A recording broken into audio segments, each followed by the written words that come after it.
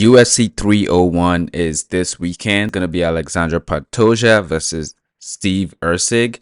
And this is going to be pretty much a Brazilian card. Everybody knows that Brazil is a country that has dominated the sport of MMA in forever. So in this video, I'm going to be talking about who is the best Brazilian fighter. This is not of all time. These are current fighters that are still active, that are still putting on performances, and we're going to be ranking it by their skills, not just recency biased or their striking or who's more exciting. Tough guys, the legends, those guys that are putting on performances, and this is going to be a pound for pound list. With that being said, let's go ahead. At number 10, we have a tie between Gilbert Burns and Rafael dos Santos. These guys literally have the same career path right now. They're still tough guys, they're skilled guys, but when it comes to fighting the upper echelon of their weight classes, they seem to fall short. Both do have similar skills. They're decent on the feet, but they're more grappler base wise. Both guys are tough. They can stand in a war when the time comes, but due to their career path, you really have to put them lower in the rankings, and they're literally on the same path right now. I feel like they probably should meet at some type of cruiserweight or something, or catchweight, and then have a fight. But yeah, Gilbert Burns and RDA coming in at number 10. Number 9, this might be controversial, but I'm gonna put Paulo Costa. Now, Paulo Costa does have a good or decent at worst record. He was seen as a knockout artist throughout 2017 up until he had that war with Yoel Romero in 2019. He obviously lost to Israel Adesanya for his title contention, and then since, the most contention he's had is dragging for who's going to be the pullout king between him and Manel Cap. But one thing about Paulo Costa, like, say what you want, he might be disappointing in terms of pulling out of fights, in terms of hyping up and then not showing up. But once that guy is in the octagon, man, it's going to be a fight. Most recently, he literally was about to knock Robert Whittaker out at UFC 298, and Whittaker was literally saved by the bell. But yes, Paulo Costa is a fun fighter. He's exciting, skill wise. He's fun to watch, a fan favorite. He's good on the mic, and I do think when he gets his stuff together, he will still have a chance to keep climbing the rankings and make something happen if he takes things more serious. But yes, Paulo Costa, number 9. Number 8, let's put in Caio Borralho. Now, this is someone I would say hasn't done that much to prove his worth, but his performances are kind of impressive. He's had a good run so far in the UFC and has an impressive record of 15 wins and 1 loss. He just broke into the rankings with his last win against Abus Magomedov, and all his wins has kind of been dominant. That fight was a little closer than his previous fights, but he definitely took that. I do see high potential in this guy. He's very well rounded. He holds his own on the feet, but when it comes to the grappling as well, it seems he's even more advanced on that. And he does keep looking better as each fight goes on. He is on UFC 301 fighting Paul Craig, so he's definitely someone who looks forward to climbing up into the rankings. He's someone who comes off as taking his career serious. I mean, look at the guy, man. You can tell he has no other intention of doing nothing but being a fighter. So yeah, we're gonna go with Caio Borralho as number 8 on this rankings. Number 7, enter Diego Lopes. This guy is one of the most exciting fighters right now. I am definitely a fan. He's had a fun and fantastic run so far in the UFC. All his wins have been by finish. He's very, very well rounded. At first I thought he was like a jiu-jitsu grappling guy, but His knockouts are fantastic. He recently just demolished Sadiq Yusuf at UFC 300, which was really heartbreaking to watch, but very impressive. So he's now in the rankings, and I see his next matchup, as something high up there. I do see this guy fighting for a belt if he wins his next 3 fights. Honestly, he's very exciting. He's not a boring fighter. He doesn't lay and pray or anything like that. If he's on the ground, he's trying to finish. When he's on the feet, he's moving forward. He doesn't stand there and look for points. Diego Lopez, a very exciting guy, still young in his career, and like I said, well-rounded.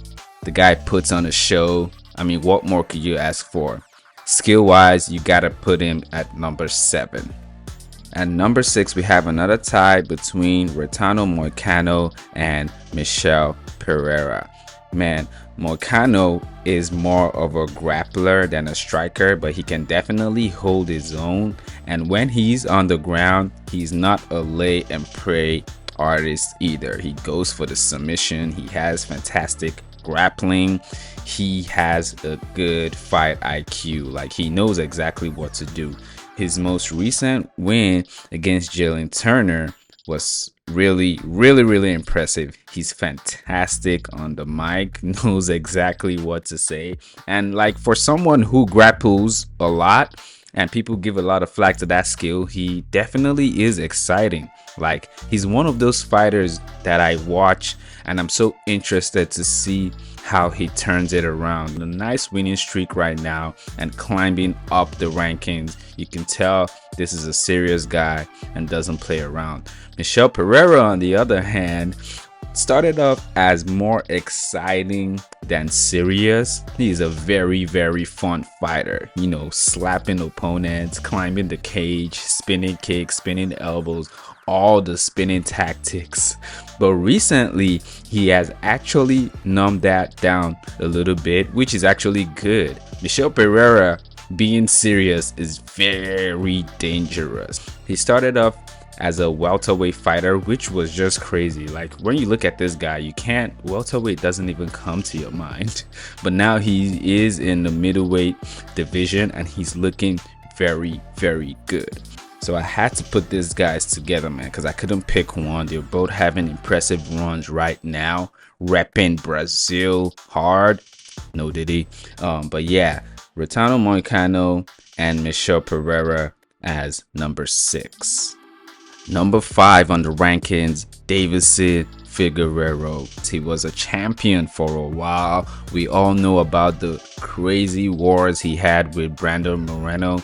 The only fights where everybody was looking for every single fight. They fought 4 times and each fight was deserved. It was like, okay, they gotta fight a second time, they gotta fight a third time, they gotta fight a 4th time. It was crazy. He recently just moved up into the bantamweight division and he's looking even better, if I'm being honest. He has put on nice performances against Rob Font and Cody Garbrandt.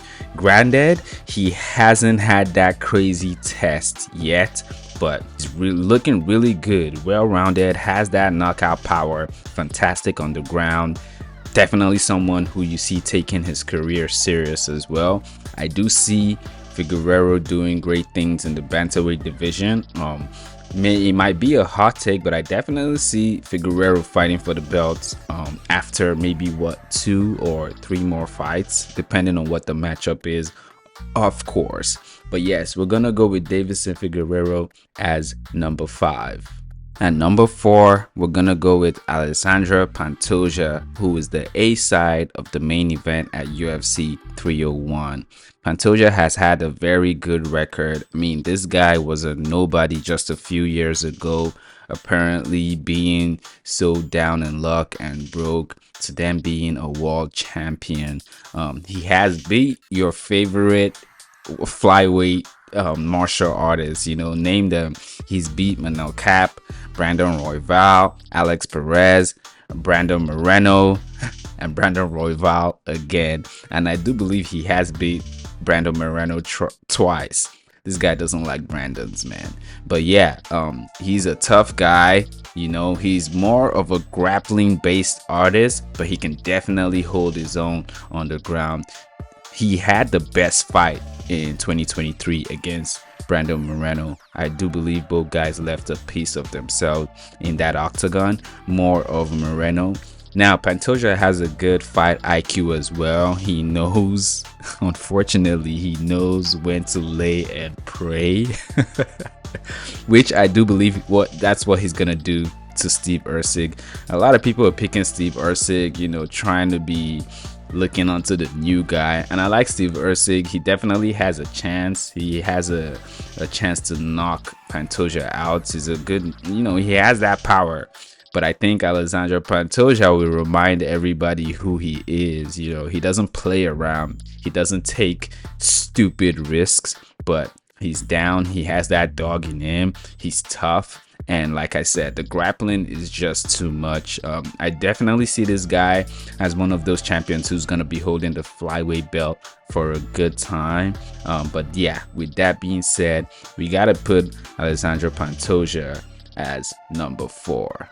Number 3, we got to go to the GOAT, Jose Aldo. Jose Aldo has one of the most impressive records in UFC history, period. He has fought the who is who's, even though he's lost, you know, in recent years at least, he's lost to as much as he's won, if not more. But yeah, this is someone who's been fighting forever, man. One of the most dominant champions, held the belt for so many years. But Jose Aldo is supposed to be retiring. Well, he did retire, and he wasn't even supposed to be on this pound for pound rankings, but he's actually coming back out of retirement at 301 against Jonathan Martinez. I don't know if he's gonna win that fight. His resume is just unmatched in the whole pound for pound rankings for this Brazilian list. I can say his resume is definitely the best. He's had the toughest competition and he's beat the toughest guys. So with that being said, we do have to pay respects and objectively put Jose Aldo as number 3. Number 2, Charles Oliveira. Charles Oliveira has one of the best fight careers of all time, one of the most inspirational fighters. He was literally seen as a journeyman so many years ago.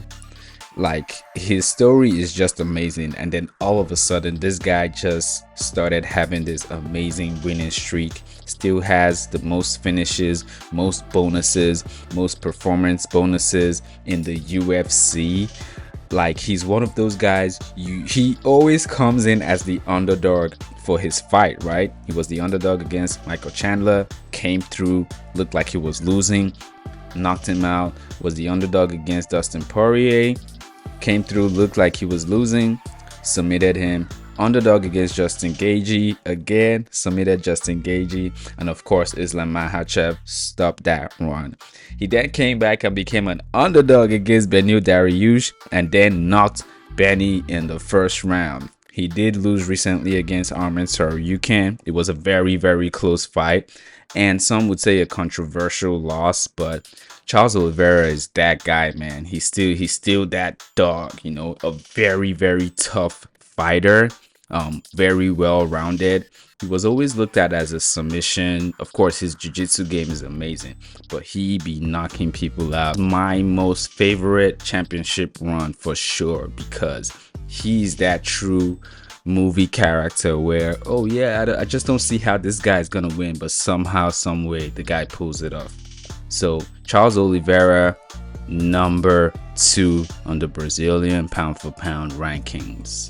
And finally, the number 1 pound for pound fighter in the Brazilian rankings is Alex Pereira. Hands down, this man has one of the most impressive runs in the UFC. Some people would like to say he was fast-tracked in the UFC, but listen to this for a moment.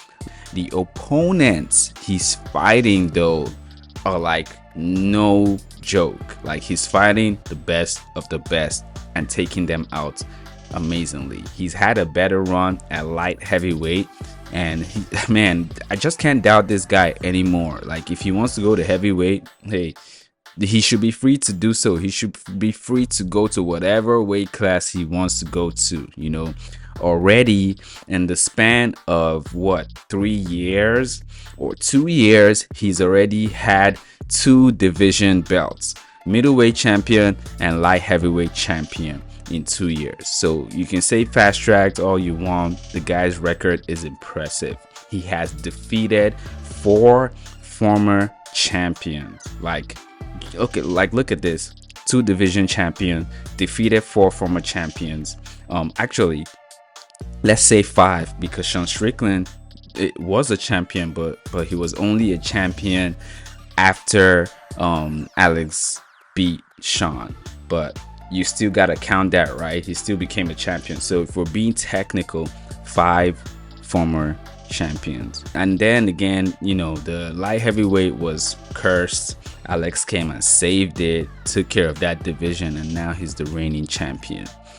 Yep, gotta pay the respects. And the number 1 Brazilian pound for pound king, Alex Pereira. But yeah, guys, these are my rankings for the pound for pound Brazilian MMA artists. There are definitely other people you could struggle to put in there, but I just went to the top 10 in my opinion. Let me know what you guys think about these rankings. Let me know who you think should be replaced with other fighters in the comments. Please don't forget to like and subscribe. Thank you guys so much for watching. I'll see you guys next time.